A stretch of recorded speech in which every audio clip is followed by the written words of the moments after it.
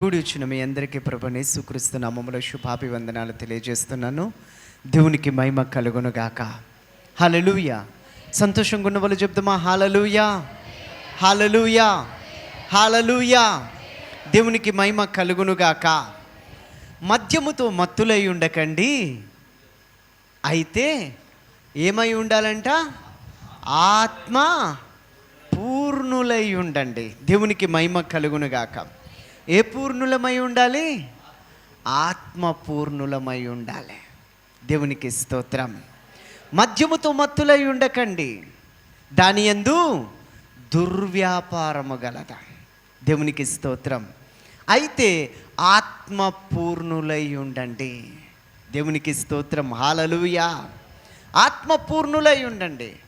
ఆత్మ చేత శరీర క్రియలను చంపినేడల మీరు జీవిస్తారు అని బైబిల్లో రాయబడి ఉంది. దేవునికి మహిమ కలుగును గాక. క్రైస్తవ జీవితం అంటే దేవుని ఆత్మ చేత నింపబడిన జీవితం.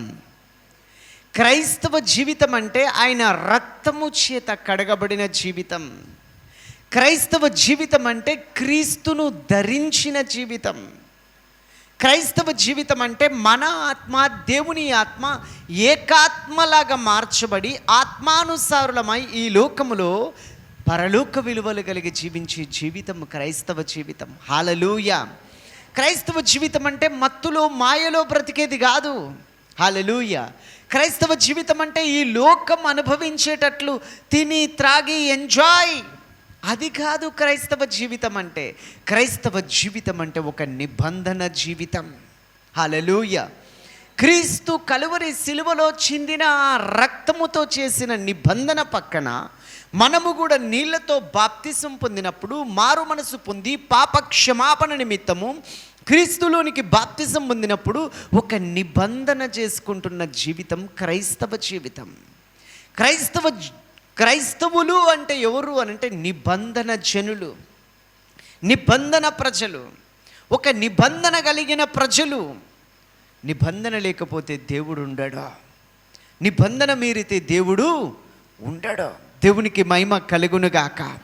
క్రైస్తవులు నిబంధన జనులు. క్రైస్తవులు ఈ లోకములో నుండి ప్రత్యేకించబడిన వాళ్ళు. క్రైస్తవులు అనంటే ఈ లోకము నుండి ఏర్పరచబడిన వారు, దేవుని సొత్తైన ప్రజలుగా మార్చబడిన వాళ్ళు. ఈ లోకముతో ఇక పొత్తు లేదు, ఈ లోకముతో ఇంకా పొంతన లేదు. ఈ లోకానికి వారికి అసలు చోటే లేదు వారిలోన. హల్లెలూయా. ఈ లోకములో నుండి దేవుడు వారిని ప్రత్యేకించుకున్నాడు. హల్లెలూయా. మునుపు మనం దూరస్తులముగా ఉన్నాం, మునుపు మన జీవితాలు చీకటిగా ఉన్నాయి. హల్లెలూయా.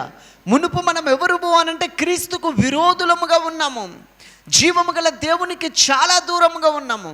మన అపరాధముల చేత మనము చచ్చిన వాళ్ళమై ఉన్నాము.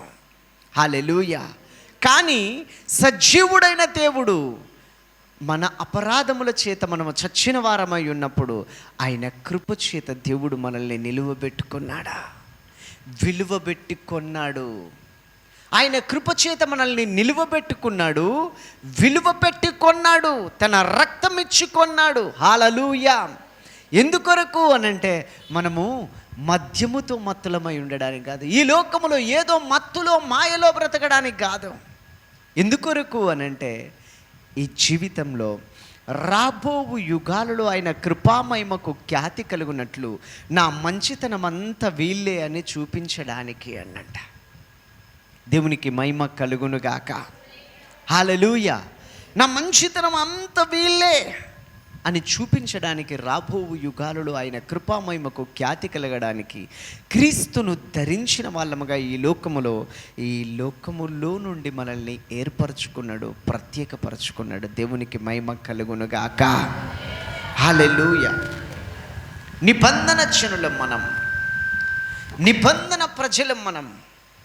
క్రీస్తుతో కూడా నిబంధన ఉంది. ఏ మత్తులో మనం బ్రతకడానికి వీల్లేదు. ఒక్కొక్కరికి ఏంటి క్రైస్తవునికి విరోధం ఏంటి, క్రైస్తవునికి శత్రువు ఎవరు? ముఖ్యంగా మనకు మన శరీరమే మనకి విరోధి. శరీరానుసారులు దేవుని చిత్తాన్ని నెరవేర్చలేరంట. ఆత్మానుసారులే దేవుని చిత్తాన్ని నెరవేర్చగలుగుతారంట. అయినా క్రైస్తవ జీవితం అంటే మనము జీవించే జీవితం కాదంట. క్రైస్తవ జీవితం అంటే క్రీస్తు మనలో జీవించే జీవితం. హల్లెలూయా. క్రీస్తు మనలో జీవించే జీవితమే నిజమైన క్రైస్తవ జీవితం. ఈ లోకములో మనం జీవించిన లోకానుసారముగా వెలుగుగా మార్చబడిన మన జీవితాలు, చీకటిలో నుండి ఆశ్చర్యకరమైన తన వెలుగులోనికి మార్చబడిన ఈ జీవితాలు, ఈ లోకముతో పొత్తు పెట్టుకొని లోకానుసారముగా జీవిస్తే ఆ జీవితానికి విలువ లేదు. హల్లెలూయా. ఆల్రెడీ మనము ప్రత్యేకించబడ్డాం, ఆల్రెడీ మనము ఏర్పాటు చేయబడ్డాం. వెలుగుతో చీకటితో వెలుగుకి ఏం పొత్తు? హల్లెలూయా. చీకటితో వెలుగుకి ఏం పొత్తు? వెలుగు వచ్చింది అని అంటే చీకటి పారిపోతుంది కదా. ఆయనలో జీవం ఉండెను, ఆ జీవము మనుషులకు వెలుగై ఉండెను. ఆ వెలుగే మన చీకటి బ్రతుకులను వెలిగించింది. హల్లెలూయా. గతంలో మన జీవితాలు అంధకారమయమే, చీకటే. అంధకారములో నుండి ఆశ్చర్యకరమైన తన వెలుగులోనికి మనల్ని పిలిచినాడు. ఆయన గుణాతిశయములను ప్రచురము చేయు నిమిత్తం, ఆయన గుణాతిశయములను ప్రచురము చేయు నిమిత్తము అంధకారములో నుండి ఆశ్చర్యకరమైన తల వెలుగులోనికి మనల్ని పిలిచినాడు. మత్తులో మాయలో బ్రతకడానికి ఇంకా వీలు కాదు, వీలు లేదు. మనం వెలపెట్టి కొనబడ్డాం. హల్లెలూయా. ఒక కంపెనీలో 15,000 జీతానికి 20,000 జీతానికి నువ్వు జాబ్ కుదిరినావు. నెలకింత ఇస్తా అంటారు కదా. టైం ఉంటుంది, వాళ్ళు చెప్పిన పని చేయాలి.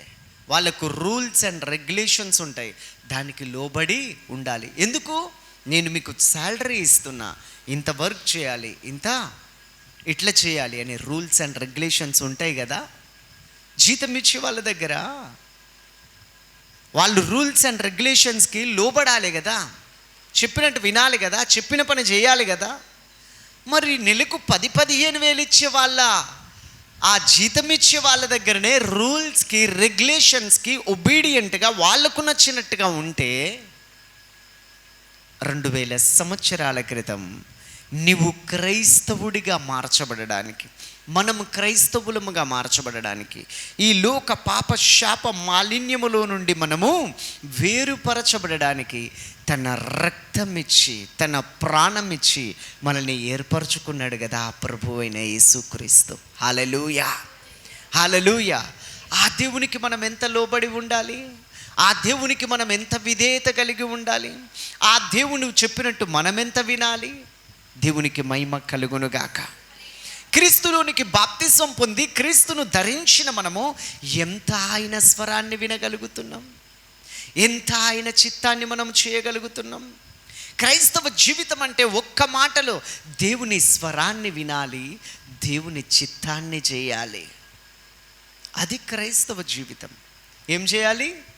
దేవుని స్వరాన్ని వినాలి, దేవుని చిత్తాన్ని చేయాలి. అది క్రైస్తవ జీవితం కదా. ఏ మత్తులో బ్రతుకుతున్నాం, ఏ మాయలో బ్రతుకుతున్నాం? హల్లెలూయా. ఏ స్థితిలో మనం ఉన్నాం? హల్లెలూయా. ఈ లోకస్తులు, ఈ దేవుడు లేని ప్రజలు, చీకటిలో ఉన్న ప్రజలు, మారు మనసు పొందక పాప క్షమాపణ లేక ఉన్న ప్రజలకి ఒక నిరీక్షణ లేదు, ఒక గురి లేదు, ఒక గమ్యం లేదు. హల్లెలూయా. వారు సిరికి దాసులైపోయినారు, ఈ లోకానికి దాసులైపోయినారు. వాళ్ళ గురి గమ్యం లేని జీవితం. మరి నీకైతే, మనకైతే హల్లెలూయా ఒక నిరీక్షణ ఉన్నదే, ఒక ధైర్యం ఉన్నది. దేవుడున్నాడు మన జీవితాలకు. హల్లెలూయా. పాప క్షమాపణ దొరికింది, ఆయన రక్తముతో మనం విమోచించబడ్డాం. వెండి బంగారముల వంటి క్షయ వస్తువుల చేత మనం విమోచింపబడలేదు, కానీ అమూల్యమును నిర్దోషమును నిష్కలంకమునకు గొర్రెపిల్ల వంటి క్రీస్తు రక్తము చేత మనం విమోచింపబడ్డాం. మనము విమోచింపబడిన ప్రజలము. హల్లెలూయా. క్రీస్తు రక్తము చేత వెలపెట్టి కొనబడిన ప్రజలము. హల్లెలూయా. మనకొక గురి ఉంది, మనకొక గమ్యం ఉన్నది, మనకొక నిబంధన ఉన్నది. దేవునికి మహిమ కలుగునుగాక. దేవుని కొరకు మన జీవితాలు ఆయన నిలబెట్టుకున్నాడు, వెలపెట్టి కొన్నాడు. హల్లెలూయా, హల్లెలూయా. ఈ లోకం తీరుల్లో బ్రతికితే మనము దేవుణ్ణి సంతోషపరచలేము. ఈ లోకంతో స్నేహం, దేవునితో వైరం. ఏ మాయలో బ్రతుకుతున్నాం. ఒక వ్యక్తి వచ్చినాడా, యేసు ప్రభు దగ్గరికి పరిగెత్తుకుంటూ వచ్చినాడు. అయ్యా అయ్యా, నేను నిత్య రాజ్యానికి వారసుని కావాలంటే ఏం చేయాలయ్యా అని అడిగినాడు. ఆలోచన మంచిది, ఆశ కూడా బాగున్నది. ఏం ఆశ ఉంది? నిత్య రాజ్యానికి, ఆ నిత్య రాజ్య మహిమలో నేను వారసునిగా ఉండాలనే ఆశ చాలా బాగుంది. హల్లెలూయా. నేనేం చేయాలయ్యా అని అడుగుతున్నాడు కదా, తెలుసుకోవాలనే ఆశ కూడా చాలా బాగుంది. ఎందుకు వచ్చినావు చర్చికి? నీ ఆశ మంచిదే. నరకం తప్పాలయ్యా, నరకము నేను తప్పించుకోవాలయ్యా, అగ్ని ఆరని పురుగు చావని ఆ నిత్య నరక శిక్ష నుండి నేను తప్పించబడాలయ్యా. హల్లెలూయా. నిత్య నరక శిక్ష నుండి నేను తప్పించబడాలయ్యా. యుగ యుగాలు నా దేవునితో ఆ నిత్య రాజ్యమహిమలు నేను ఉండాలయ్యా. నరకములోనైతే అగ్ని ఆరదు, పురుగు చావదు. అక్కడ వేదన, దప్పిక, హల్లెలూయా, పండ్లు కొరుకుట, ఏడుపు, అగ్ని ఆరదు, పురుగు చావదు, ఆకలి దప్పులు ఉన్నాయట. అక్కడ ఒక్క చుక్క నీళ్ళ కోసం తల్లడిల్లుతున్నారట. అది నాకొద్దయ్యా. మరేం కావాలి? నిత్య రాజ్యమహిమలో సంతోషము కావాలయ్యా, సమాధానము కావాలయ్యా, కన్నీరు లేని, దుఃఖము లేని, ఆకలి దప్పులు లేనే లేని, సూర్యుడు చంద్రుడు అక్కరలేని, దేవుడే వెలుగై ప్రకాశిస్తున్న నిత్య రాజ్యమహిమలు నేను యుగ యుగాలు నేను జీవించాలయ్యా. ఆ నిత్య రాజ్యమహిమకు వారసుని కావాలంటే నేనేం చేయాలయ్యా? ఆశ బాగున్నది కదా. హల్లెలూయా. ఆలోచన కూడా బాగుంది కదా, మంచిదాన్నే వెతుకుతున్నాడు కదా. అప్పుడు యేసు ప్రభువు అన్నాడు, అయ్యా నువ్వు ఆజ్ఞలన్నీ పాటించయ్యా. హల్లెలూయా. దేవుని మాట విను, దేవుని మాటకు లోబడు. దేవుడు ఏం చేయమన్నాడు అది చేయి, దేవుడు చేయొద్దన్నది చేయకు. మంచి మాటనే కదా అది. హల్లెలూయా. ఆయన ఏమన్నాడు తెలుసా? అయ్యా చిన్నప్పటి నుంచి, నా బాల్యం నుంచే, బచ్పన్సే. ఎప్పటి నుంచి అంట? బాల్యము నుంచి నేను వీటన్నిటిని అనుసరిస్తూనే ఉన్నా. నాకు తెలుసు చిన్నప్పటి నుంచి ఆజ్ఞలు అన్నీ పాటిస్తున్నా, దశమభాగం కూడా తీస్తున్నా, వారంలో ఒకరోజు ఉపవాసం కూడా ఉంటున్నా, నేను మంచి భక్తి చేస్తున్నా, సండే అటెండెన్స్ కూడా వేసుకుంటున్నా, అప్పుడప్పుడు చిల్లర మార్చి కానుక కూడా ఇస్తున్నా, అప్పుడప్పుడు తల అప్పగించి ప్రార్థన కూడా చేయించుకుంటున్నా. ఇంకేం కొదువు ఉంది నాకు? హల్లెలూయా. ఒక ఆయన నిలువుటంగి వేసుకొని, తెల్ల బట్టలు వేసుకొని, మంచి భక్తి చేసేట ఆయన దేవుని సన్నిధిలో నిలబడి, దేవా కొత్తిమీరలో, పుదీనలో, సదాపాలో, జీలకర్రలో, సోంపులో నీకు దశమభాగం ఇస్తున్నాను. జీలకర్ర కింటాలుగా ఉంటారా? కొత్తిమీర ఎంత తెస్తారు? సోంపు కింటాలుగా ఉంటారా? జీలకర్రలో, కొత్తిమీరలో, పుదీనాలో, సదాపాలో నేను నీకు దశమభాగం ఇస్తున్నా అంటాడు. అంటే చిన్న కట్ట తెచ్చినాడు అనుకో, లెక్క పెడతాడేమో ఎన్ని ఉన్నాయని, అందులోంచి దశమభాగం. అంటే అంత ప్రేమిస్తున్నా నేను. అయితే వారంలో 2 రోజులు ఉపవాసం కూడా ఉంటున్నానయ్యా. ఏం మేలైంది? అంత భక్తి చెప్తున్నాడు కదా.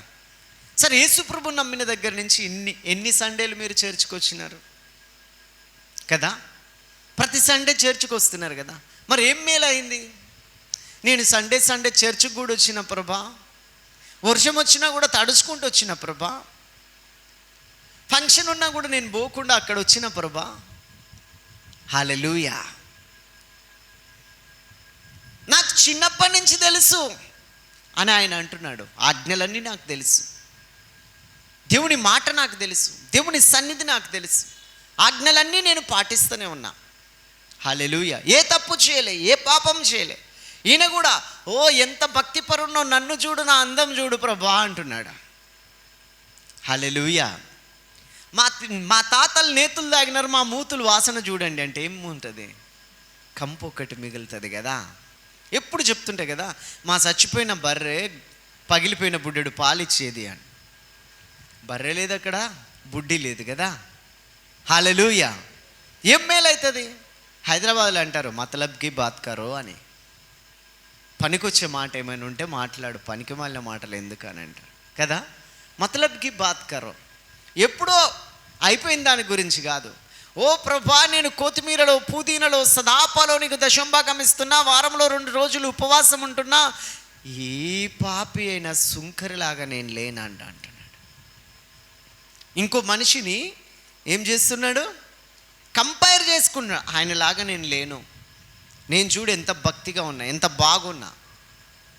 హల్లెలూయా. ఇంటి కప్పు కూడా దాటలే ఆ మాటలు, ఆ ప్రార్థన. హల్లెలూయా. ఆ పాపి అయిన ఆ సుంకరి ఆకాశము తట్టు కన్నులెత్తుటకైనను ధైర్యం చాలక రొమ్ము కొట్టుకుంటూ, పాపినైనా నన్ను క్షమించు ప్రభువా. హల్లెలూయా. పరలోకంలో స్వరం వినబడ్డదంట. దేవునికి మహిమ కలుగునుగాక. హల్లెలూయా.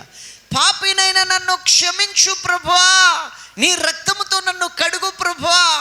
దేవుడు ఆ ప్రార్థన విన్నాడు. ఏ ప్రార్థన వినబడింది పరలోకంలో? తన్ను తాను తగ్గించుకుని ఆకాశము తట్టు కన్నులెత్తుటకైనను ధైర్యం చాలక రొమ్ము కొట్టుకుంటూ గుండె జింపుకొని పాప క్షమాపణ అడిగిన ఆ మొర, గుండె జింపుకొని పెట్టిన ఆ మొర పరలోకంలో ప్రతిధ్వనించిందట. హల్లెలూయా. హిజ్కియా గోడ తట్టు ముఖము తిప్పుకొని, అయ్యా నీ సన్నిధిలో నేను యథార్థంగా నేను ఎట్లు నడుచుకుంటున్నానో నన్ను ఒకసారి జ్ఞాపకం చేసుకో ప్రభా, నన్ను జ్ఞాపకం చేసుకో ప్రభా, నీ సన్నిధిలో నేను ఎట్లు నడుచుకున్నాను యథార్థంగా. హల్లెలూయా. ఆ ప్రార్థనకి వెంటనే ప్రత్యుత్తరం వచ్చింది. నీవు కన్నీళ్లు విడుచుట చూచితిని, నీ ప్రార్థన నేను ఆలకించి ఉన్నాను. దేవునికి మహిమ కలుగునుగాక. హల్లెలూయా.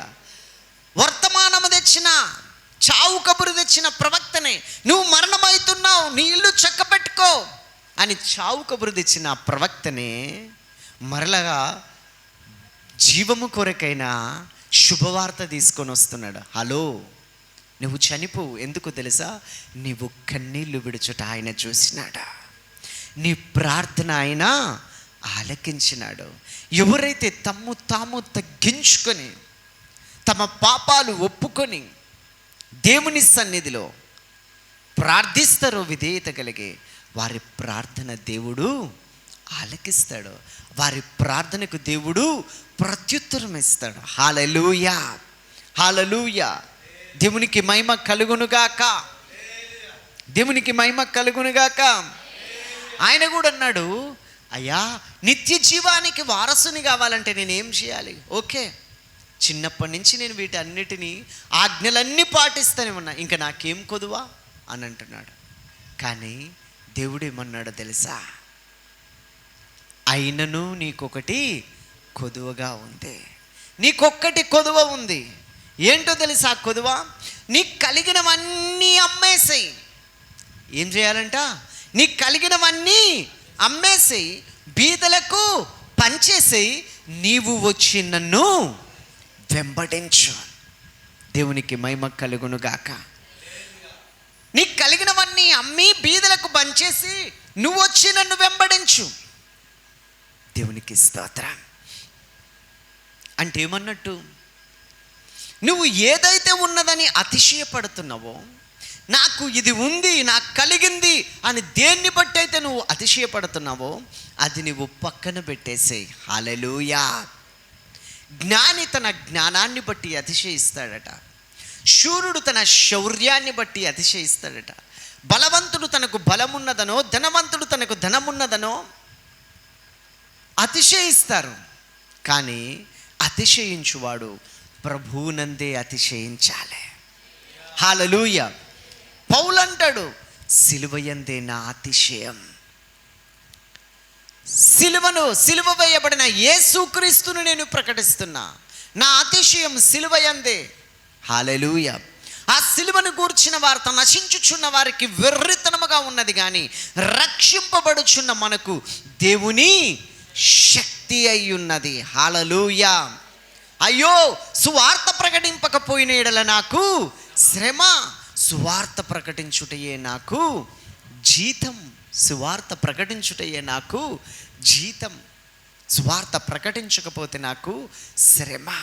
సిలువను గూర్చిన వార్త నశించు వారికి వెర్రితనముగా ఉంది, కానీ నాకైతే, రక్షింపబడుచున్న మనకైతే దేవుని శక్తి. హల్లెలూయా, హల్లెలూయా.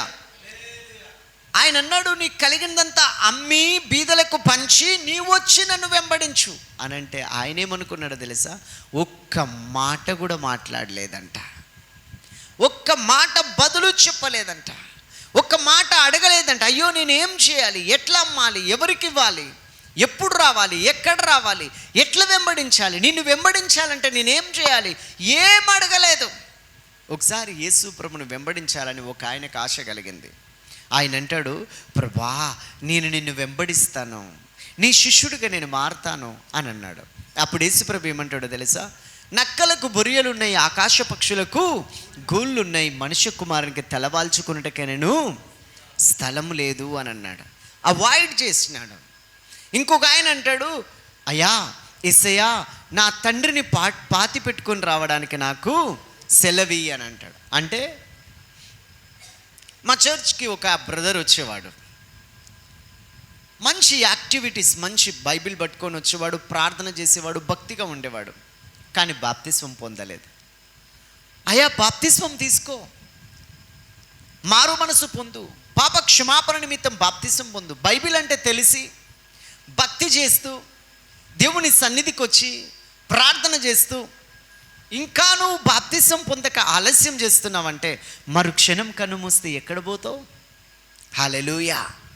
ఇంత గొప్ప రక్షణను నిర్లక్ష్యం చేస్తే ఎలాగూ తప్పించుకుంటావు? హల్లెలూయా. నరకమే కదా. దేవునికి మహిమ కలుగునుగాక. అంటే ఆ బ్రదర్ ఏమన్నాడు తెలుసా?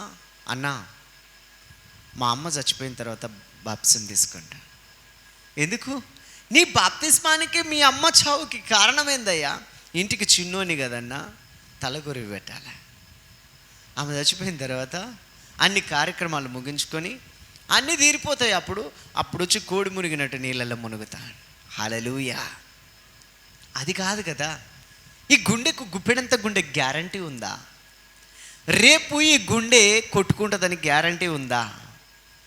హల్లెలూయా. ఈ గుండెలో ఉన్న ఊపిరి ఇంకా 100 ఏళ్ళు నేను బ్రతకగలుగుతా అని గ్యారంటీ ఇవ్వగలవా? గుండు పెన్నుకైనా గ్యారంటీ ఉంది, కానీ గుప్పెడంత గుండెకు గ్యారంటీ లేదు కదా. హల్లెలూయా. 100 రూపాయలు పెట్టి కొనుక్కున్న చెప్పులకి అంతెందుకు, జేబులో ఉన్న పెన్కి గ్యారంటీ ఉంటుంది కదా. హల్లెలూయా. నీ గుండెకి గ్యారంటీ ఉందా? కోడి చికెన్ మేక మటన్ బాగా తిన్నావు, సండే రోజు అలసిపోయినావు, అప్పుడు నీకు గుప్పెడంత గుండె అన్నదనుకో, నేను కూడా ఒక గంట సేపు రెస్ట్ తీసుకుంటా అని ఆగిపోయిందనుకో. నువ్వు పని చేస్తూ బాగానే రెస్ట్ తీసుకుంటావు కదా గంటలు, సరే నేను కూడా ఒక గంట సేపు రెస్ట్ తీసుకుంటా అని నీకు గుప్పెడంత గుండె అన్నది కొట్టుకోవడం ఆగిపోయింది. కొందరి గుండె లబ్బు డబ్బు అంటది, కొందరి గుండె లవ్వు అంటది, కొందరి గుండె డబ్బు అంటది కదా. ఒక్కొక్కరి గుండె ఒక్కొక్క తీరిక కొట్టుకుంటుంది. చాలా గుండెలు చాలా రకాలుగా కొట్టుకుంటాయి కదా. ఎవడును 2 దాసులకు యజమానుడుగా ఉండలేడు. సిరికిని దేవునికి యజమానుడుగా ఉండలేడు. ఈ లోకానికి దేవునికి దాసులుగా ఉండలేరు. లోకమా దేవుడా? దేవునికి మహిమ కలుగునుగాక. హల్లెలూయా. ఒక్కొక్కరి గుండె ఒక్కొక్క విధంగా కొట్టుకుంటుంది కదా.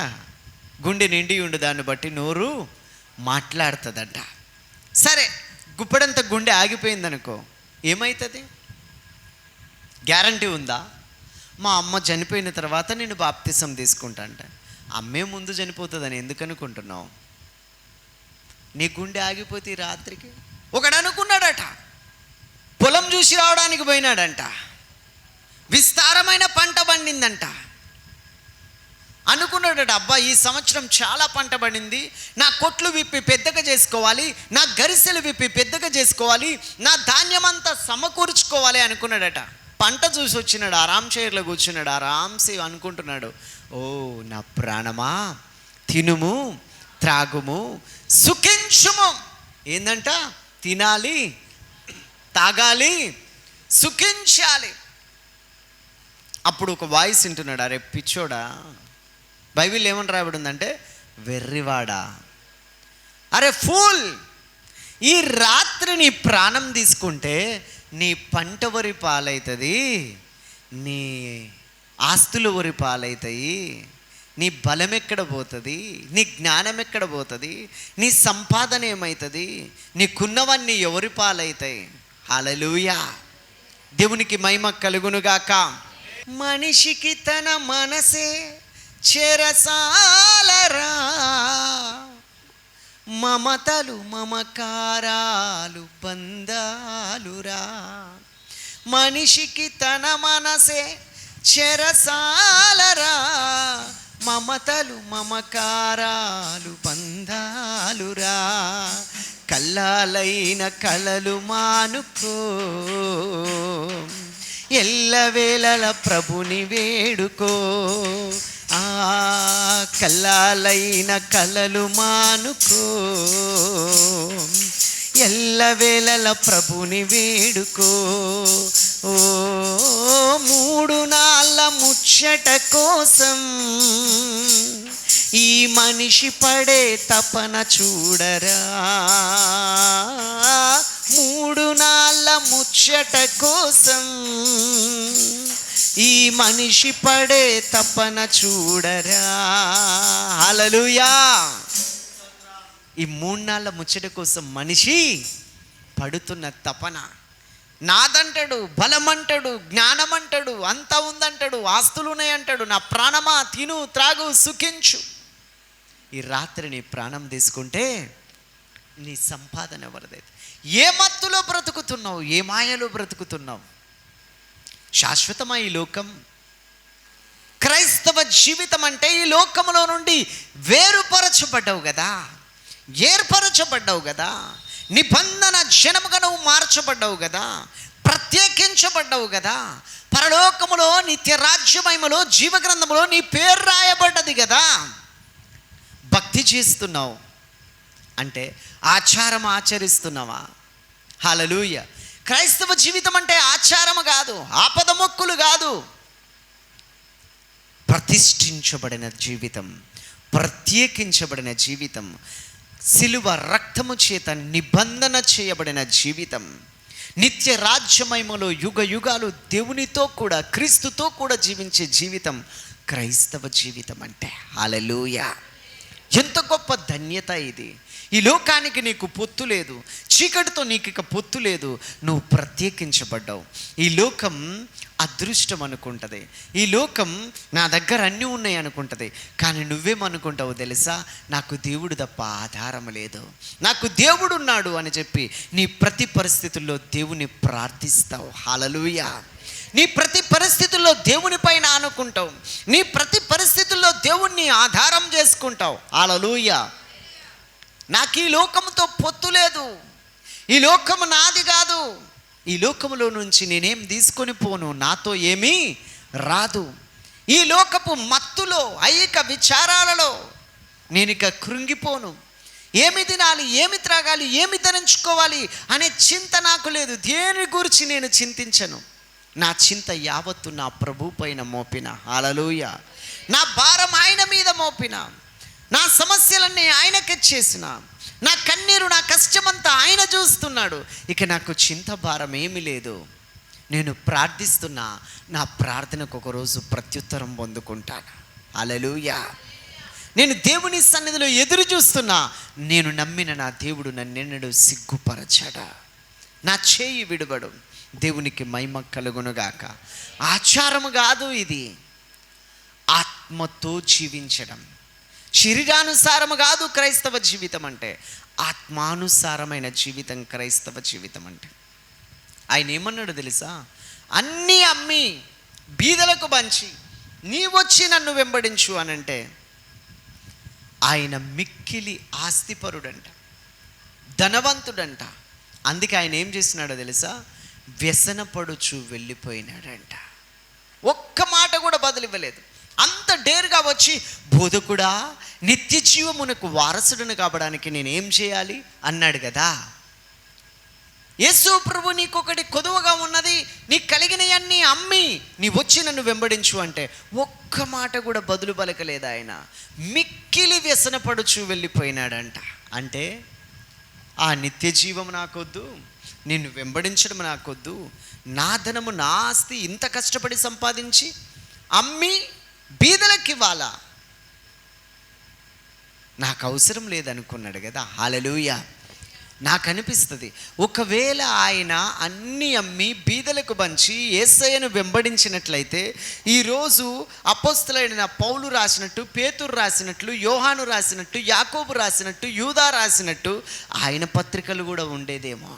పోగొట్టుకున్న ఆ యూదా ద్రోహియగు ఇస్కరియోతు యూదా స్థానంలో ఈయన వచ్చేవాడేమో 12వ అపోస్తలునిగా. హల్లెలూయా. ఆయన కూడా సువార్త రాసేవాడేమో, ఆయన కూడా దేవుని ప్రత్యక్షతలు పొందేవాడేమో, ఆయన కూడా దేవుని కొరకు ఒక పత్రిక రాసేవాడేమో, 12 మంది అపోస్తలులలో ఒక అపోస్తలుడిగా చేర్చబడేవాడేమో కదా. ఎంత గొప్ప భాగ్యాన్ని కాళ్ళదనుకున్నాడు కదా. విలువ తెలిస్తే దాచిపెట్టుకుంటారు కదా, విలువ తెలియకపోతే పారేసుకుంటారు. వజ్రం అనుకుంటే పడేసుకుంటారమ్మా, వజ్రం అనుకుంటే ఏం చేస్తారు, జాగ్రత్తగా దాచిపెట్టుకుంటారు కదా, విలువ గలది కదా. హల్లెలూయా. హల్లెలూయా. రాళ్ళన్నీ కుప్పేసుకుంటారా, పిచ్చి రాళ్ళన్నిటినీ పిచ్చోడు అంటారు కదా. పిచ్చోడు చేతిలో రాళ్ళు కుప్పేసుకుంటే పిచ్చోడు అంటారు కదా. చెత్త కాగితాలన్నీ జేబులో పెట్టుకొని ఈ డబ్బులు అని అంటే పిచ్చోడు అని అంటారు కదా. మరి డబ్బులన్నిటిని చెత్త కాగితాలుగా పడేసుకుంటే అప్పుడు కూడా పిచ్చోడే అంటారు కదా, విలువ తెలియదని అంటారు కదా. హల్లెలూయా. ఒక ఆయన ఇట్లాగే ఏదో మాయలో బతుకుతున్నాడు. ఏ మాయనో కదా. మద్యముతో మత్తులై ఉండకండి అని మనం చదివినాం కదా. ఈ లోక మత్తులో దేవుణ్ణి వదులుకున్నాడు, కాళ్ళదన్నుకున్నాడు, అపోస్తలత్వమును కాళ్ళదన్నుకున్నాడు. దేవుణ్ణి వెంబడించే గొప్ప భాగ్యాన్ని, నిత్య రాజ్య మహిమలో యుగ యుగాలు ఆయనతో కూడా జీవించే భాగ్యాన్ని ఈ లోకపు సిరి కొరకు, ఈ లోకపు ధనము కొరకు కాళ్ళదన్నుకున్నాడు, పోగొట్టుకున్నాడు కదా. అట్లాగే ఒక ఆయన ఏ మాయలు ఉన్నాడో అట్లా సముద్ర పొడ్డున విశ్రాంతి తీసుకోవడానికి వెళ్ళినాడంట. వెళ్ళి ఆ సముద్ర పొడ్డున విశ్రాంతి తీసుకుంటున్నాడంట. విశ్రాంతి తీసుకొని చాలాసేపు అక్కడ టైంపాస్ చేసి ఆలోచించి చించి హల్లెలూయా. ఇక చీకటి పడ్డ తర్వాత ఇంటికి వచ్చినాడంట. చాలామంది చాలా మత్తులో మాయలో బతుకుతారు కదా. కొందరికి లవ్వు, కొందరికి కొవ్వు, కొందరికి డబ్బు, కొందరికి ఉద్యోగము, కొందరికి చదువు, రకరకాల మాయల్లో బ్రతుకుతున్నారు మనిషి. ఒక్కొక్కరు ఒక్కొక్క మాయలో బతుకుతూ ఉంటారు. అయితే ఆయన కూడా రాత్రి అయిపోయింది, తిరిగి బయలుదేరి వస్తున్నాడు ఏదో మాయలో. వస్తుంటే ఆయన కాళ్ళ కింద ఒక ఏదో తగిలిందంట, రాయో ఏదో అనుకున్నాడు. తీసి చూస్తే ఏదో చిన్న సంచి అంట, చిన్నది సంచి అంట. ఏంటి సంచి అని ఇట్లా తడిమి చూసినాడు. చూస్తే రాళ్ళు, చేతికి రాళ్ళలాగా తగిలినాయి. హల్లెలూయా. ఆ సంచి ఓపెన్ చేసినాడంట. తడివి చూసినాడు, చీకట్ల కదా, తడివి చూసినాడు. ఓ రాళ్ళు, ఎవరో రాళ్ళు మూట కట్టినారని ఒక్కొక్క రాయి సముద్రంలో విసిరేసుకుంటూ ఇంటి దాకా వచ్చినాడంట. ఇక సముద్రం అయిపోయింది. ఆ సంచి జేబులో పెట్టుకున్నాడు, పడుకున్నాడు. పొద్దున్నే లేచినాడు. ఎప్పుడు తెల్లారిన తర్వాత, కొందరికి 12-1 గంట అయితే తెల్లారుతుంది. రాత్రి ఎప్పుడు చీకటి అవుతుంది వాళ్ళకంటే 12-1 గంట 2 గంటలకు అప్పుడు నైట్ అవుతుంది వాళ్ళకి. తెల్లవారుజామున 3 గంటలకు కూడా కొందరికి నైట్ అవుతుంది. హల్లెలూయా. అప్పుడు పడుకొని ఎప్పుడు 12-1 గంటకు లేస్తారు. హల్లెలూయా. దేవునికి మహిమ కలుగునుగాక. వెలుగుండగానే పని చేయండి, వయసు ఉండగానే ఆలోచన చేయండి. దినములు చెడ్డవి గనుక సమయమును పోనివ్వక సద్వినియోగం చేసుకుంటూ అజ్ఞానుల వలె కాక జ్ఞానుల వలె నడుచుకోండి. పోయిన మళ్ళీ ఒక సెకండ్ని మళ్ళీ తిరిగి తీసుకొని రాలేము. గడిచిపోయిన నిన్నని మళ్ళీ తీసుకొని రాలేము, మళ్ళీ తీసుకొని రాలేము. నిన్న తిరిగి రాదు, రేపు మనది కాదు. ఇప్పుడు ఉండగానే, సమయం ఉండగానే నువ్వు పని చేయి, దేవుని చిత్తం చేయి, దేవుణ్ణి ప్రేమించు, దేవుణ్ణి ఆరాధించు, దేవుణ్ణి సేవించు, వాక్యం ధ్యానించు, దేవాని చిత్తం ఏంటో నాకు బయలుపరచు అని దేవుని చిత్తం జరిగించు. హల్లెలూయా. హల్లెలూయా. ఉతక మీద తలుపు తిరుగును, పడక మీద సోమరి తిరుగును. హల్లెలూయా.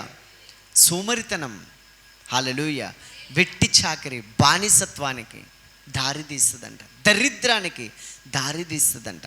హల్లెలూయా. దేవునికి మహిమ కలుగునుగాక. వెళ్ళిపోయి పడుకున్నాడు. ఎప్పుడు మెలకు వచ్చిందో మరి. రాత్రంతా అక్కడ టైం పాస్ చేసినాడు, మాయలో మత్తులో బతికినాడు కదా. ఆ తెల్లారిన తర్వాత ఎప్పుడు పట్టపగలు స్నానం చేసుకొని డ్రెస్ చేంజ్ చేసుకునేటప్పుడు జేబులో తడివి చూస్తే ఆ సంచి లాంటిది గుర్తొచ్చింది. అయ్యో, రాత్రి వచ్చేటప్పుడు కాలి కింద దొరికింది కదా అనుకున్నాడట. తీసి చూసినాడట, ఇంతకీ సంచిలో ఏమున్నాయంటే 1-2 రాళ్ళు మిగిలినాయి. తీరా చూస్తే ఈ రాళ్ళు కాదు, వజ్రాలంటే. హల్లెలూయా. ఏంటవి? వజ్రాలు. వజ్రాలు అనుకుంటే పడేసుకునేవాడేనా? సముద్రంలో విసిరి కొట్టేవాడేనా? అయ్యో, వజ్రాలా ఇవి అని చెప్పి వెళ్ళిపోయి ఎక్కడ విసిరేశాను అని సముద్రంలో వెతికితే దొరుకుతాయి అవి. పడేసుకున్నాడు తన చేతులతో. ఎందుకు? చూసుకోక, విలువ తెలియక. హల్లెలూయా. దేవుడు నీకు ఈ జీవితాన్ని ఇచ్చినాడు కదా, ఒకే ఒక్క జీవితం. ఇది కూడా చాలా చిన్న జీవితం. హల్లెలూయా. ఈ జీవితానికి ఒక లిమిట్ ఉన్నది. ఈ జీవితంలో దేవుడు దొరికినాడు మనకి. ఆయన రక్తము చేత కడుక్కున్నాడు. పాప క్షమాపణ దొరికింది మనకు. హల్లెలూయా, హల్లెలూయా. ఆయన రక్తము చేత కడగబడ్డం. నిత్య రాజ్యమహిమలో మనకు స్థిరమైన నివాసం దొరికింది. హల్లెలూయా. మరి ఇంత గొప్ప రక్షణని, ఇంత మంచి జీవితాన్ని నువ్వు వ్యర్థం చేసుకుంటే ఏం మేలవుతుంది? హల్లెలూయా. ఇంత గొప్ప రక్షణను నువ్వు నిర్లక్ష్యం చేస్తే ఎట్లాగా తప్పించుకుంటావు? దేవునికి మహిమ కలుగునుగాక. హల్లెలూయా. దేవునికి మహిమ కలుగునుగాక. ఏడిస్తే వస్తుందా? మళ్ళీ పరిగెత్తి ఆ సముద్రంలో వెతికితే దొరుకుతాయి ఆ వజ్రాలు. పోగొట్టుకున్నాడు కదా. నీ విలువ తెలుసుకో, నీ జీవితం విలువ తెలుసుకో, సమయం విలువ తెలుసుకో, దేవుడిచ్చిన రక్షణ విలువ తెలుసుకో. హల్లెలూయా. మత్తులో మాయలో బ్రతకకు. ఈ లోకంలో కొంతకాలమే ఉంటాం. ఈ లోకం మనకు శాశ్వతం కాదు. ఏ మత్తులోనో మాయలోనో బ్రతకకు. మద్యముతో మత్తులై ఉండకండి. వాక్యపు వెలుగులో నడుచుకోండి. హల్లెలూయా. వాక్యం అనే ఉదక స్నానము చేత కడగబడండి. ఆత్మలను రక్షించుటకు శక్తిగల జీవవాక్యమును సాత్వికముతో అంగీకరించండి అని రాయబడి ఉంది. ఆత్మలను రక్షించుటకు శక్తిగల ఈ జీవవాక్యమును సాత్వికముతో అంగీకరించండి. హల్లెలూయా, హల్లెలూయా. వాక్యము చేత నింపబడండి, వాక్యము చేత కడగబడండి. వాక్యము చేత నింపబడిన జీవితం వాక్యమై ఉన్న దేవునితో నింపబడిన జీవితం. ఈ వాక్యములో దేవుని ఊపిరున్నది. ఈ వాక్యము ప్రతి మత్తు నుండి నిన్ను విడుదల చేస్తుంది. నిద్రించుచున్న నీవు మేల్కొని మృతులలో నుండి లే. జీవించుచున్నావన్న పేరు మాత్రం ఉన్నది కానీ నీవు మృతుడవే. హల్లెలూయా, హల్లెలూయా. జీవానికి ప్రేత వస్త్రాలు సరిపడవు. బతికున్నోడు, పెండ్లికి పోయేటోడు, ఫంక్షన్కి వెళ్ళేటోడు ప్రేత వస్త్రాలు కట్టుకొని పోతాడా? శవానికి కదా అవి సరిపడతాయి. శవానికి చుడతారు కదా ప్రేత వస్త్రాలు. ఫంక్షన్కి వెళ్ళేటప్పుడు నువ్వు కట్టుకొని పోతే ఎట్లుంటుంది? బాగుండదు కదా. అందుకే లాజర్ అనగానే ఆయన హాజరైన తర్వాత ఆ ప్రేత వస్త్రాలు విప్పి పోనివ్వండి. చచ్చినప్పుడు చుట్టినారేమో శవానికి ప్రేత వస్త్రాలు. బతికి బయటకు వచ్చినాడు కదా, ఇక ఆ ప్రేత వస్త్రాలు అవసరం లేదు, మంచి బట్టలు వేయాలి. ఆ ప్రేత వస్త్రాలు విప్పి పోనీయండి అని అన్నారు. యేసయ్య చెప్పినాడు కదా. హల్లెలూయా. యేసులోనికి బాప్తిసం పొందిన తర్వాత, క్రీస్తులోనికి బాప్తిసం పొందిన తర్వాత ఏ బంధకాలలో బతుకుతున్నావు? ఏ మత్తులో, ఏ మాయలో బతుకుతున్నావు? సంసోన్ అనుకున్నాడట, ఎప్పటిలాగా విరజుమ్ముకుంటానని అనుకున్నాడట. అక్కడ రాయబడి ఉంది, యెహోవా తనను విడిచెనని ఎరుగకపోయెను. ఏ మత్తులో బతికినాడు? ఏ మాయలో బతికినాడు? ఈ లోకం శాశ్వతము కాదు. ఈ లోకంతో స్నేహం, దేవునితో వైరం. దేవునితో స్నేహం, ఈ లోకముతో వైరం. లోకము కావాలా? దేవుడు కావాలా? హల్లెలూయా. మద్యముతో మత్తులై ఉండకండి, ఈ లోక మాయలో బతకకండి, కానీ ఆత్మపూర్ణులై ఉండండి. దేవునికి స్తోత్రం. ఏ పూర్ణులై ఉండాలంట? ఆత్మపూర్ణులై ఉండండి. ఏ ఆత్మనో తెలుసా? అది జీవమిచ్చు ఆత్మ. మొదటి ఆదాము జీవించు ప్రాణి అయినాడు, కానీ కడపటి ఆదాము జీవమిచ్చు ఆత్మ అయినాడు. హల్లెలూయా. ఏ ఆత్మ అయినాడు? జీవమిచ్చు ఆత్మ. ఆత్మయే జీవింపజేయుచున్నది, శరీరం కేవలము నిష్ప్రయోజనము. హల్లెలూయా. మీ అందున్న క్రీస్తు మహిమ నిరీక్షణ అయి ఉన్నాడు. క్రీస్తులోనికి బాప్తిసం పొందిన తర్వాత ఆయనకు నివాస స్థలముగా నువ్వు మార్చబడ్డావు. ఆయన వచ్చి నీలో నివాసం ఉంటున్నాడు. నువ్వు ఏమై ఉండాలంటే ఆత్మపూర్ణులుగా ఉండాలంట. దేవునికి స్తోత్రం. యేసు ప్రభు వచ్చి ఆ యోర్దాను నదిలో బాప్తిసం పొందినప్పుడు ఆత్మపూర్ణుడై అని రాయబడి ఉంటుంది. ఆత్మపూర్ణుడై ఉన్నాడట. దేవుడు నజరేయుడైన యేసుక్రీస్తును ఆత్మతోనూ శక్తితోనూ అభిషేకించెననున్నదియే. ఆయన మేలు చేయుచు అపవాది చేత పీడింపబడిన వారిని విడుదల చేస్తూ మేలు చేయుచు ఆయన సంచరించినాడట. ఆత్మతోనూ శక్తితోనూ ఆయన నింపబడ్డాడంట. ఎవరు?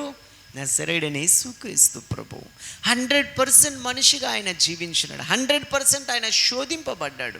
ఆయన మనవలే శోధింపబడి పాపము చేయలేదు. హల్లెలూయా. ఆయన ప్రతి శోధనను ఎదుర్కొన్నాడు, ప్రతి శోధనను జయించినాడు, జయ జీవితం జీవించినాడు, ఆత్మపూర్ణుడైనాడు. హల్లెలూయా. ఆత్మ చేత నడిపించబడ్డాడు. హల్లెలూయా. ఆత్మ బలముతో అపవాదిని జయించి గలిలే సముద్ర తీరమున వచ్చినాడు. హల్లెలూయా. ఆత్మపూర్ణుడై ఆత్మ చేత నడిపించబడి ఆత్మ బలముతో వచ్చినప్పుడు అపవాది అపవిత్రాత్మలు ఆయనను చూసి, సర్వోన్నతుడైన దేవుని కుమారుడా, మాతో నీకేం పని, మమ్మల్ని నశింప చేయడానికి వచ్చినవా అని కేకలేసినాయి. హల్లెలూయా. హల్లెలూయా. అపవాది నిన్ను చూసినప్పుడు కిరణ్ కుమార్ గారు అని చూడవు, క్రీస్తు కుమారుడా అని చూస్తాయి. హల్లెలూయా. దేవుని కుమారుడా అని చూస్తాయి. ఎందుకు అనంటే ఈయన పేరు పరలోకములో జీవగ్రంథములో రాయబడ్డది. హల్లెలూయా. ఈయన ఈ లోక సంబంధమైన బంధకాల నుండి విడిపించబడి క్రీస్తు రక్తము చేత విమోచింపబడి నిత్య రాజ్య మహిమలో జీవగ్రంథములో ఈయన పేరు రాయబడ్డది. ఈయన క్రీస్తు వారసుడైనడు, పరలోక రాజ్య సంబంధి అయినాడు. అపవాది నిన్ను చూసినప్పుడు క్రీస్తు కుమారుడని, దేవుని కుమారుడని, పరలోక సంబంధి అని నిన్ను చూస్తాయి. హల్లెలూయా. మరి నిన్ను నువ్వు ఎట్లా చూసుకుంటున్నావు? హల్లెలూయా. ఈ లోకము నాది, ఈ లోకములోని ఆస్తులు నావి, అంతస్తులు నావి, జ్ఞానం ఉంది, బలం ఉంది, తెలివి ఉంది. ఏ మాయలోనో బ్రతుకుతున్నావా? పౌలు ఒక వ్యక్తిని చూసి ఏమన్నాడు తెలుసా? సమస్తమైన దుష్టత్వముతోనూ మత్సరముతోనూ నింపబడిన వాడా. దేంతో నింపబడ్డాడంట? సమస్తమైన దుష్టత్వముతో నింపబడిన వాడా. హల్లెలూయా. సమస్తమైన దుష్టత్వంతో నింపబడ్డాడంట. దేవునికి స్తోత్రం. కొంతకాలము నువ్వు సూర్యుని చూడకుందువుగాక గుడ్డోడైపోయినాడంట. ఎవరైనా నడిపిస్తారేమో అని తడువులాడినాడంట, గారడివాడు. దేవునికి స్తోత్రం. హల్లెలూయా. హల్లెలూయా. దేవునికి మహిమ కలుగునుగాక. అయితే ఆత్మపూర్ణులై ఉండండి, దేవుని ఆత్మచేత నింపబడండి. ఈ లోకములో నిజమైన క్రైస్తవ జీవితం జీవించాలంటే మన భక్తి, మన శక్తి, మన జ్ఞానము సరిపోదు. దేవుని ఆత్మచేత మనం నింపబడినప్పుడే నిజమైన క్రైస్తవ జీవితం మనం జీవించగలుగుతాం. బాప్తిసం ఇచ్చి యోహాను ఏమన్నాడో తెలుసా? ఇదిగో నేను మీకు నీళ్ళల్లో బాప్తిసం ఇస్తున్నా, నా వెనుక వచ్చువాడు నాకంటే శక్తిమంతుడు, ఆయన చెప్పుల వారును విప్పుటకైనను నేను యోగ్యుడను కాదు, నాకు అర్హత లేదు. ఆయన ఎట్లిస్తాడో తెలుసా? నేను మీకు నీళ్లతో బాప్తిసం ఇస్తున్నా, కానీ నా వెనుక వచ్చువాడు మీకు ఆత్మతోనూ అగ్నితోనూ బాప్తిస్మం ఇస్తాడు. చేతులను వాళ్ళు చప్పట్లతో ప్రభు నామాన్ని మహిమపరుస్తాం. హల్లెలూయా. నా వెనుక వచ్చువాడు నాకంటే శక్తిమంతుడు, ఆయన చెప్పుల వారును విప్పుటకైనను నేను యోగ్యుడని కాదు, ఆయన ఆత్మతోనూ అగ్నితోనూ మీకు బాప్తిస్మం ఇస్తాడు. హల్లెలూయా. హల్లెలూయా. దేవునికి కావలసింది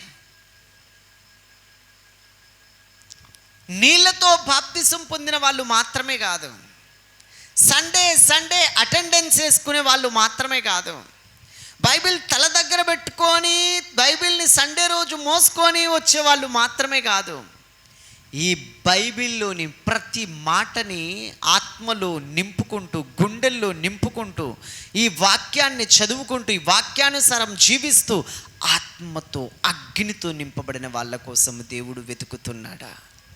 దేవుడు చూస్తున్నాడు. హల్లెలూయా, హల్లెలూయా. అడుగు ప్రతి వానికి మన నిశ్చయముగా ఆయన పరిశుద్ధాత్మను కొలత లేకుండా అనుగ్రహిస్తాడంట.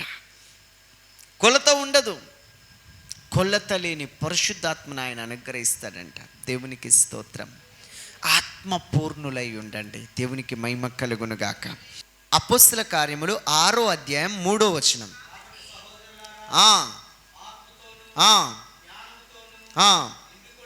ఏం కొని? నిండుకొని. దేంతో నింపబడాలంట? ఆత్మతో, జ్ఞానముతో నిండుకొని మంచి పేరు పొందిన 7 మనుషులను మీలో ఏర్పరచుకొనుడి. అయితే 5వ వచనం చూడండి.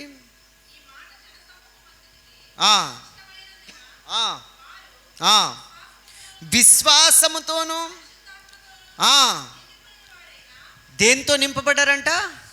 విశ్వాసముతోను పరిశుద్ధాత్మతోను నిండుకొనిన వాడు. ఎవరెవరు? ఫస్ట్, సెకండ్ స్టెఫను, ఫిలిప్పు, ప్రొకోరు, నికానోరు, తీమోను, పర్మెనాసు, యూదుల మత ప్రవిష్టును, అంతియొక వాడునగు నికోలాస్ అను వారిని ఏర్పరచుకుని 7. వీళ్ళు అపోస్తలుల ఎదుట నిలబడ్డప్పుడు వాళ్ళు ప్రార్థన చేసినారు. ఇంకా కొంచెం కిందికి వచ్చిన తర్వాత 8వ వచనం చూడండి.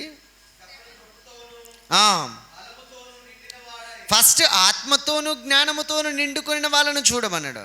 మళ్ళీ తర్వాత పరిశుద్ధాత్మతోను, విశ్వాసముతోను పరిశుద్ధాత్మతోను నిండుకొనిన వాళ్ళను చూసినారు. ఇప్పుడు ఈ స్టెఫన్ అనే ఒక ఆయన దేంతో నింపబడ్డాడంట? స్టెఫన్ కృపతో, బలముతో. హల్లెలూయా, హల్లెలూయా. ఆత్మ పూర్ణులై ఉండండి. యేసు ప్రభు ఒకసారి ఫంక్షన్కి పోయినాడండి. యేసును ఆయన శిష్యులను ఆ వివాహానికి పిలువబడ్డారండి. హల్లెలూయా, దేవునికి మహిమ కలుగునుగాక. యేసును ఆయన శిష్యులను ఆ వివాహానికి పిలువబడ్డప్పుడు అక్కడ ఏమంటున్నారో తెలుసా? అయ్యా, ద్రాక్షరసం అయిపోయింది, నీకేం పని నాతో అన్నాడు. శిష్యుల వైపు తిరిగింది. ఆయన మీతో ఏం చెప్తాడో అది చేయండి. హల్లెలూయా. అక్కడ 6 రాతి బాణాలు ఉన్నాయంట. ద్రాక్షరసం మొత్తం అయిపోయింది. పెండ్లి విందుకు వచ్చిన వాళ్ళకి ద్రాక్షరసం ఇవ్వాలి, ఏం లేవు. అప్పుడు శిష్యుల వైపు చూసినాడంట. ఆ 6 రాతి బాణాలని అంచుల మట్టుకు నీళ్ళతో నింపండి అని అన్నాడంట. ఏం చేస్తున్నాడో అర్థం కాలేదు. కానీ ఈ శిష్యులంతా వెళ్ళిపోయి అంచుల మట్టుకు ఇది ఎంతో నింపినారంట? నీళ్ళతో నింపినారంట. నీళ్ళతో నింపిన తర్వాత ఇప్పుడు యేసుప్రభు వచ్చి చేతులుంచి ప్రార్థన చేస్తాడేమో, కృతజ్ఞతలు చెల్లిస్తాడేమో. ఈ నీళ్లను ఎట్లా చేస్తాడు, ఏం చేస్తాడో ఇప్పుడు అర్థం కాలేదు వాళ్ళకి.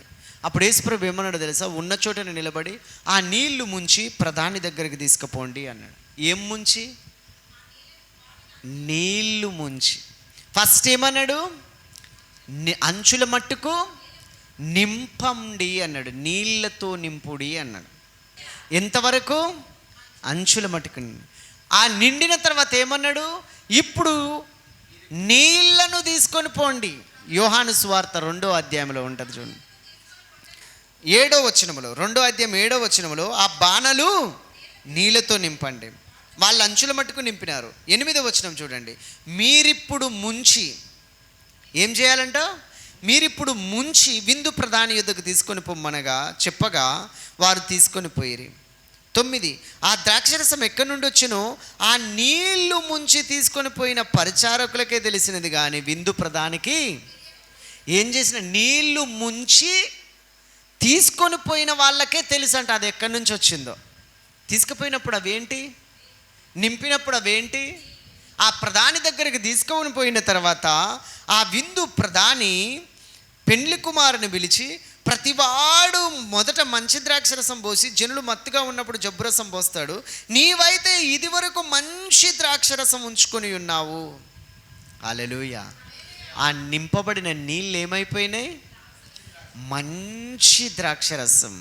హల్లెలూయా, హల్లెలూయా. ఇప్పుడు స్టెఫన్ దేంతో నింపబడ్డాడు? కృపతోనూ జ్ఞానముతోనూ, కృపతోనూ బలముతోనూ నింపబడ్డాడు. అంటే యేసు ప్రభు అపొస్తల కార్యం 1వ అధ్యాయంలో ఏమంటాడో తెలుసా? తండ్రి వాగ్దానం చేసిన దాని కొరకు మీరు కనిపెట్టుకొని ఉండండి. అందరూ జాగ్రత్తగా వినండి. హల్లెలూయా. తండ్రి వాగ్దానం చేసిన దాని కొరకు కనిపెట్టుకోనండి. ఏందంట? యెరూషలేము నుండి మీరు వెళ్ళకండి. తండ్రి వాగ్దానం చేసిన దాని కొరకు మీరు కనిపెట్టుకొని ఉండండి. ఆ తర్వాత ఏమని రాయబడి ఉందో తెలుసా? పరిశుద్ధాత్మ మీ మీదికి వచ్చినప్పుడు మీరు శక్తి పొందుతారు. ఎప్పుడంట? పరిశుద్ధాత్మ మీ మీదికి వచ్చినప్పుడు మీరు శక్తి పొందుతారు. అప్పుడు యూదయ, సమరయ, గలిలయ దేశముల యందంతటా భూ దిగంతాల వరకు నాకు సాక్షులై ఉంటారా. దేవునికి మహిమ కలుగును గాక. పరిశుద్ధాత్మ మీ మీదికి వచ్చినప్పుడు మీరు శక్తి పొందుతారు. అట్లాగే స్టెఫన్ కూడా కృపతోను బలముతోను నిండిన వాడై ప్రజల మధ్య మహత్కార్యములు, గొప్ప సూచక్రియలు చేస్తున్నాడట. దేవునికి మహిమ కలుగును గాక. ఆత్మపూర్ణులై ఉండండి. మత్తులో మాయలో బతకకండి. ఒక్క పూట కూటి కొరకు తన జ్యేష్ఠత్వ పక్కును అమ్మివేసిన వ్యభిచారైనను భ్రష్టుడైనను మీలో ఉండునేమో, జాగ్రత్తగా చూసుకోండి అని రాయబడి ఉంది. అతడు కన్నీళ్లు విడుచుచు బ్రతిమిలాడినాడట. ఆశీర్వాదము దొరకక, మారు మనసు పొందని అవకాశం లేక ఆశీర్వాదము కోల్పోయినాడని రాయబడి ఉంది. హల్లెలూయా. ఏమి తిందుమా, ఏమి తాగుదుమా, ఏమి ధరించుకుందుమా అని మీరు వాటన్నిటి గురించి ఆలోచించకండి. హల్లెలూయా.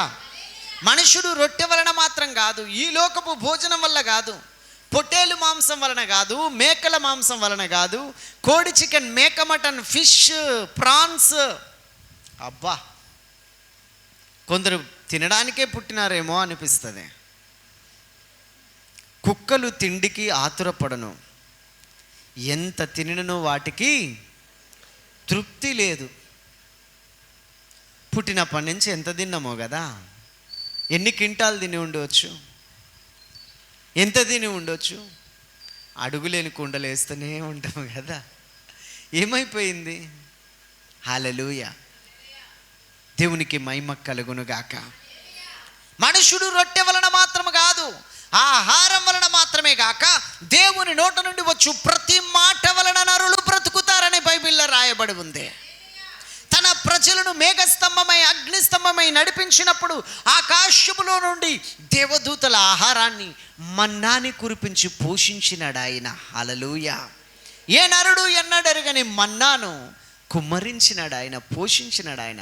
అందుకే వాళ్ళకు రోగం రాలేదు, అందుకే వాళ్ళ కాళ్ళు వాయలేదు, అందుకే వాళ్ళు 40 ఏండ్లు క్షేమంగా ప్రయాణం చేసినారు. సనిగి గొనిగి దేవునికి విరోధంగా లేచి దూషించి, దేవుణ్ణి ప్రశ్నించి, దేవునికి విరోధంగా లేచి అరణ్యంలో రాలిపోయినారు, కూలిపోయినారు, కృతజ్ఞత లేక. కానీ హల్లెలూయా, మన్నాతో వాళ్ళ కాళ్ళు వాయలేదట, చెప్పుల వారు దిగలేదట. దేవునికి మహిమ కలుగును గాక. హల్లెలూయా. పరిశుద్ధాత్మతో నింపబడ్డారు వాళ్ళు, శక్తితో నింపబడ్డారు వాళ్ళు. లేచి భాషలతో మాట్లాడడం మొదలుపెట్టినారు. హల్లెలూయా. అది మొదలుకొని పరిశుద్ధాత్మతో వాళ్ళు నింపబడిన తర్వాత పిల్లుల్లాగా దాక్కున్న వాళ్ళు సింహాల్లాగా లేచి మాట్లాడడం మొదలుపెట్టినారు. మీరు సిలువ వేసినట్టు ఈ యేసే మృతులలో నుండి లేచినాడు, మరణం ఆయనను బంధించి ఉంచుట సాధ్యం, దేవుడు ఆయనను లేపినాడు. ఆ యేసే రక్షకుడు, ఈ నామముననే రక్షణ. ప్రతి మోకాలు ఈ నామమున వంగాలి, ప్రతి నాలుక యేసు దేవుడని ఒప్పుకోవాలి. యేసు క్రీస్తు అందరికీ ప్రభు, ఆయన సజీవుడు అని ప్రకటించగలిగినారు. హల్లెలూయా. ఎప్పుడు? పరిశుద్ధాత్మతో నింపబడినప్పుడు. హల్లెలూయా. నువ్వు ప్రకటిస్తున్నావా? నువ్వు పలకగలుగుతున్నావా?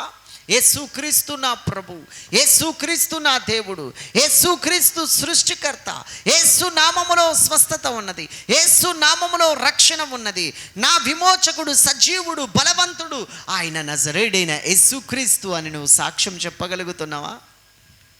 హల్లెలూయా. యేసు రక్తమే జయం పలకగలుగుతున్నావా? దేవునికి మహిమ కలుగునుగాక.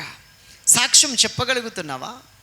పరిశుద్ధాత్మ మీ మీదికి వచ్చినప్పుడు మీరు శక్తిని పొందుతారు. యూదయ సమరయ దేశములంతటా నాకు సాక్షులై ఉంటారు. భూదిగంతాల వరకు నాకు సాక్షులై ఉంటారు. దేవునికి స్తోత్రం. హల్లెలూయా. బలముతో నిండిన వాడు ఈ ప్రజల మధ్య మహత్కార్యాలు గొప్ప సూచక్రియలు చేసినాడంట. దేవునికి స్తోత్రం. ఆ స్టెఫన్ మాట్లాడుతుంటేనంట 10వ వచనం చూడండి. మాట్లాడుట యందు అతడు అగపరచిన జ్ఞానమును అతన్ని ప్రేరేపించిన ఆత్మను వారెదిరింపలేకపోయిరి. హల్లెలూయా. ఎవరు మాట్లాడుతున్నారంట? అతన్ని ప్రేరేపించిన ఆత్మ. ఏ ప్రేరేపణతో మాట్లాడుతున్నాడు?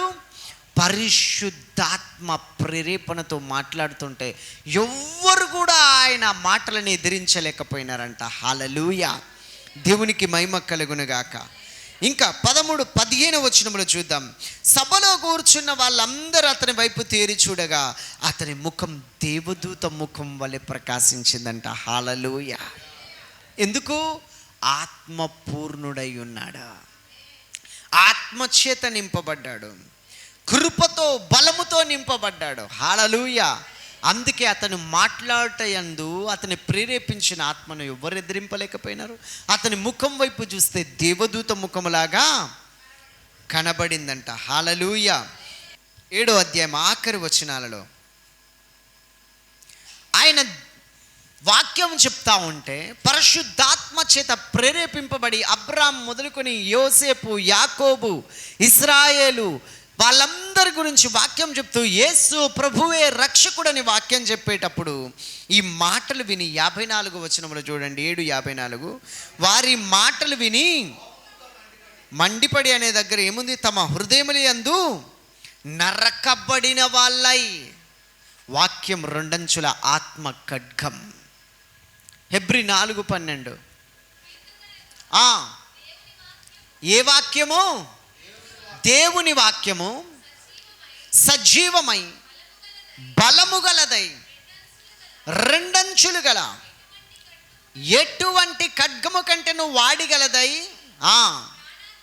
ప్రాణాత్మలను కీళ్లను మూలుగను విభజించునంత మట్టుకు దూరుచు హృదయం యొక్క తలంపులను ఆలోచనలను శోధించుచున్నది. హల్లెలూయా.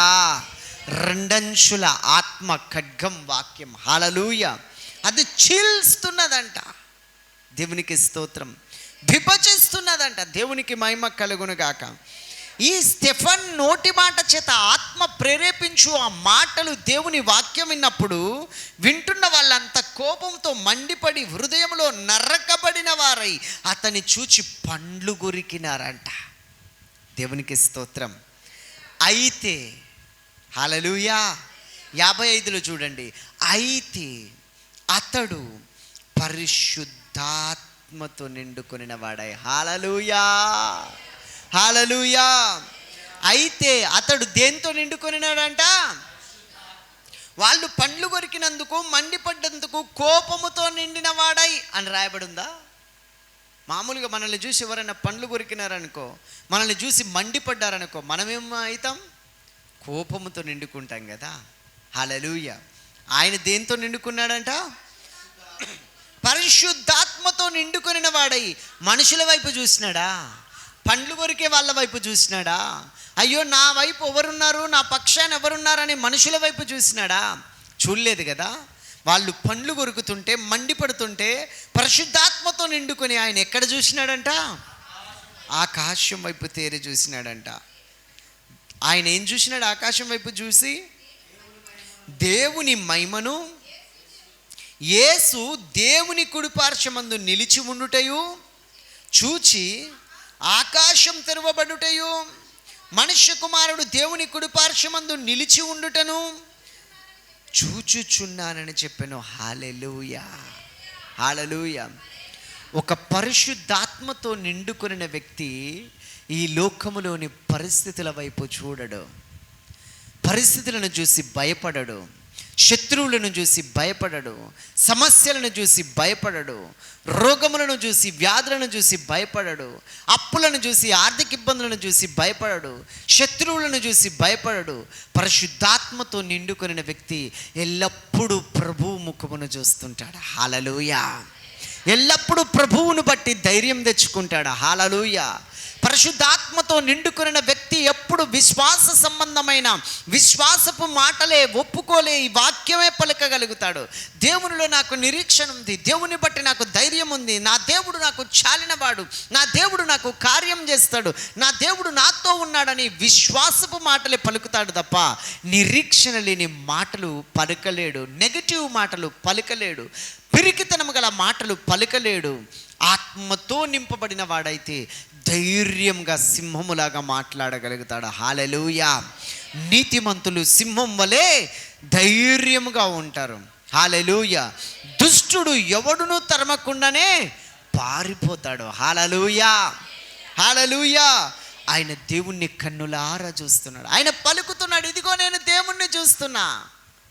యేసయ్యా నీదు ముఖము చూచుచు పరవశించి పాడేదా. యేసయ్యా యేసయ్యా యేసయ్యా యేసయ్యా నీదు ముఖము చూచుచు పరవశించి పాడేదా. హల్లెలూయా.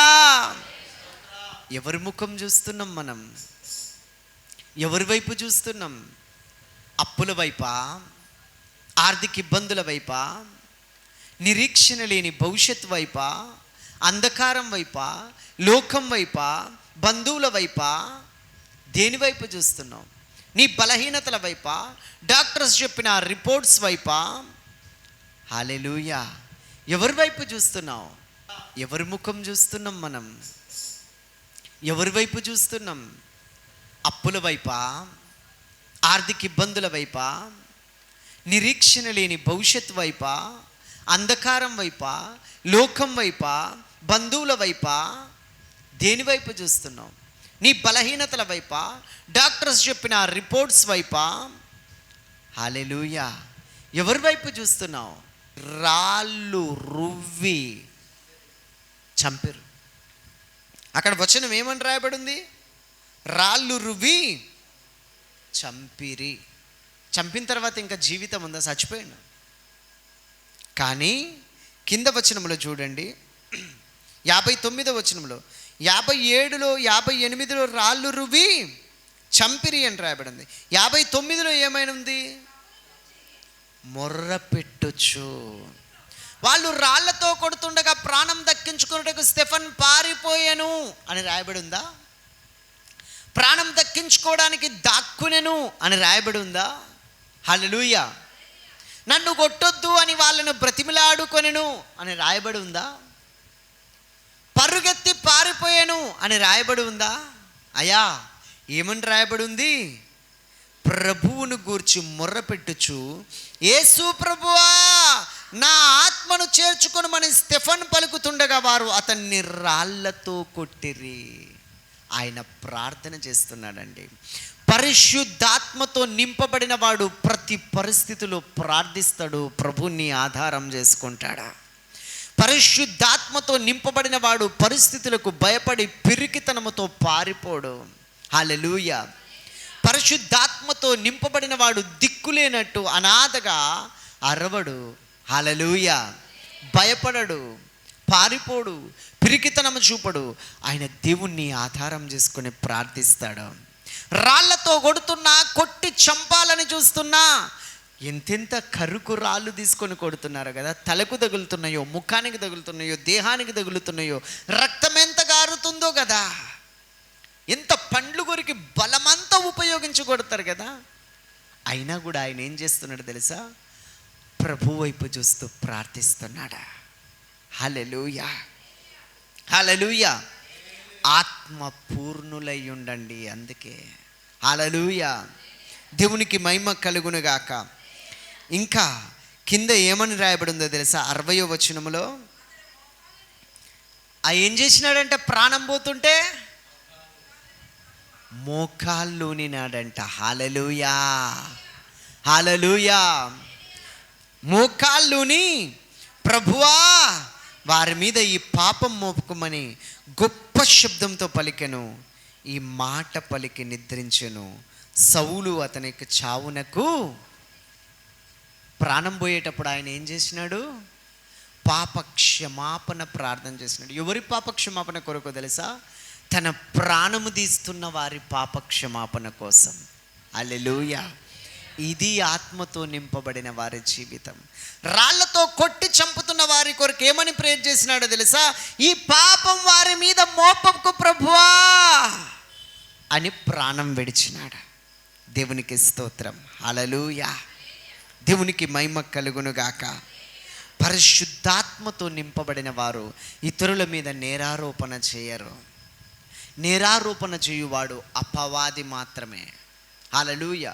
ఒకరిని పాయింట్అవుట్ చేసేది, ఒకరిని వేలెత్తి చూపించేది, ఒకరి గురించి చెడుగా ప్రచారం చేసేది, ఒకరి మీద నిందలేసేది, అవమానం పాలు చేసేది, నేరారోపణ చేసేది పరిశుద్ధాత్మతో నింపబడిన వారు కాదు, దురాత్మతో నింపబడిన వారు, అపవాదితో నింపబడిన వాడు.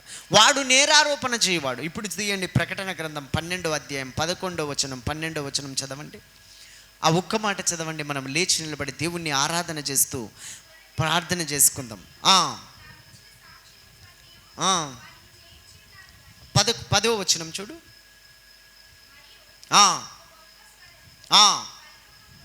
ఒక గొప్ప స్వరం పరలోకములో నుండి ఇలాగు చెప్పుట వింటిని, రాత్రింబగళ్ళు మన దేవుని ఎదుట మన సహోదరుల మీద ఎవడంట?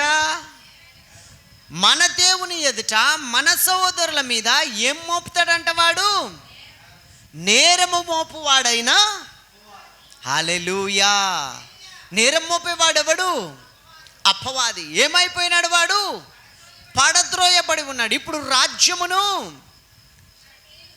శక్తియు, రక్షణయు మన దేవుని వాయను. హల్లెలూయా. వారు తామిచ్చిన సాక్ష్యమును బట్టి, గొర్రెపిల్ల రక్తమును బట్టి వానిని జయించి ఉన్నారు. ఎవరిని? మన సహోదరుల మీద మన దేవుని ఎదుట నేరం మోపువాడైన అపవాదిని తామిచ్చిన సాక్ష్యమును బట్టి, గొర్రెపిల్ల రక్తమును బట్టి వానిని జయించి ఉన్నారు. హల్లెలూయా, హల్లెలూయా, హల్లెలూయా. పరిశుద్ధాత్మతో నింపబడిన జీవితం శత్రువులను సైతం, విరోధులను సైతం క్షమించే గుణం. హల్లెలూయా. ప్రాణం పోతున్నా మోకరించి ప్రార్థించే స్వభావం. హల్లెలూయా, హల్లెలూయా. చంపే వాళ్ళను సైతం క్షమించే స్వభావం. హల్లెలూయా. ఎప్పుడు ఆకాశము తట్టు కన్నులెత్తి సింహాసనాసీనుడైన ఆ దేవుణ్ణి కన్నులారా చూసే అనుభవం. ఆత్మతో నింపబడిన జీవితం. అందుకే మీరు మద్యముతో మత్తులై ఉండకండి. అయితే దానిలో దుర్వ్యాపారము గలదు. తండ్రి దగ్గరికి వచ్చి నా తండ్రి అని చెప్పి ఆస్తిని పంచి తీసుకొని వెళ్ళిపోయి దుర్వ్యాపారం వలన ఆస్తి అంతా ఖర్చు చేసినాడు, పాడు చేసినాడు. ఏ వ్యాపారము? మద్యముతో మత్తులై ఉండకండి. దానిలో ఏముంది? దుర్వ్యాపారం. దుర్వ్యాపారం వలన తండ్రి ఆస్తినంతా కోల్పోయినాడు, నష్టం చేసినాడు, ఖర్చు చేసినాడు, రూపాయి లేదు, అన్నీ కోల్పోయినాడు. కరువు వచ్చింది. పందుల దగ్గర ఉన్నాడు. తన స్నేహితుని దగ్గరికి వెళ్తే వాడు పందుల్ని మేపడానికి పంపినాడు. పందుల దగ్గరికి వెళ్ళి పందుల్ని మేపుతుంటే ఆకలితో అలమటించిపోయినాడు. హల్లెలూయా. ఆ పందులు తినే పొట్టుతోనైనా కడుపు నింపుకోవాలనుకున్నాడు. కానీ అది కూడా వానికి దొరకలేదు. అక్కడ రాయబడి ఉంది, బుద్ధి వచ్చినప్పుడు. ఏమొచ్చినప్పుడు? హల్లెలూయా. అప్పుడు గుర్తు చేసుకున్నాడు, నా తండ్రి ఇంట అనేక మంది పనివారు ఉన్నారు కదా, వాళ్ళకు భోజనం విస్తారంగా కడుపు నిండా దొరుకుతుంది కదా, నేను ఇక్కడ ఆకలితో అలమటిస్తున్నాను కదా అని బుద్ధి వచ్చిందంట. హల్లెలూయా. నా తండ్రి దగ్గరికి వెళ్తాను.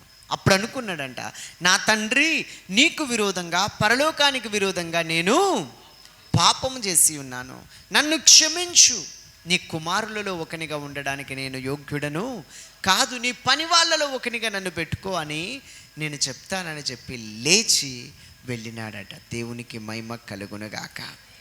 మద్యముతో మత్తులై ఉండకండి, దాంట్లో దుర్వ్యాపారం కలదు, అయితే ఏమని రాయబడింది? ఆత్మపూర్ణులై ఉండండి, ఆత్మచేత నింపబడండి. పరిశుద్ధాత్మ మీ మీదకి వచ్చినప్పుడు మీరు శక్తి పొందుతారు. హల్లెలూయా. పరిశుద్ధాత్మతో అన్యోన్యమైన సహవాసం కలిగి ఉండండి. ఈ లోకముతో నీకు పొత్తు లేదు, ఈ లోకపు అలవాట్లు మనవి కాదు. మొదటి యోహాను 4వ అధ్యాయంలో చూడండి. యోహాను రాసిన మొదటి పత్రిక 2వ అధ్యాయం 15, 16, 17. ఈ లోకమునైనను లోకములో ఉన్న వాటినైనను ప్రేమింపకుడి. ఎవడైనను లోకమును ప్రేమించిన యెడల తండ్రి ప్రేమ వానిలో ఉండదు. లోకములో ఉన్నదంతయు అనగా శరీరాశ, నేత్రాశ, జీవపు డంబము తండ్రి వలన పుట్టినవి కావు, అవి లోక సంబంధమైనవి. లోకమును దాని ఆశయు గతించిపోచున్నాయి, కానీ దేవుని చిత్తం జరిగించువాడు నిరంతరము నిలుస్తాడు. లోకము దాని ఆశ గతించిపోతున్నాయి. ఎవరు నిరంతరం నిలుస్తాడంట? దేవుని చిత్తము నెరవేర్చువాడు నిరంతరం నిలుస్తాడట. దేవుని చిత్తం, నువ్వు ఆత్మపూర్ణుడవై ఎందుకు ఉండాలో తెలుసా? ఆయన చిత్తం నెరవేర్చడానికి నువ్వు ఆత్మపూర్ణుడుగా మార్చబడాలి. హల్లెలూయా. ఆయన మహిమ కొరకు ఈ లోకములో మనం జీవించడానికి ఆయన మనల్ని తన రక్తము చేత కడుక్కున్నాడు. దేవునికి స్తోత్రం. హల్లెలూయా. రక్తము చేత వెలపెట్టి కొనుక్కున్నాడు. దేవునికి మహిమ కలుగునుగాక. ఈ లోకంలో లోకాన్ని సంతోషపరిచేటట్లు, లోకంలోని ఉన్నదంతా అనుభవించేటట్లు మనం బతుకుదామా? ఆ నిత్య రాజ్యమయములో క్రీస్తుతో కూడా యుగ యుగాలు జీవించడానికి, క్రీస్తుతో కూడా శ్రమపడిన ఎడల ఆయనతో కూడా వారసత్వం కలిగి మృతులలో నుండి క్రీస్తు యేసును లేపిన వాని ఆత్మచేత మనం నింపబడి నడుచుకుందామా? ఏ విధంగా నడుచుకుందాము? ఆత్మపూర్ణులమై ఉందాం. దేవునికి స్తోత్రం.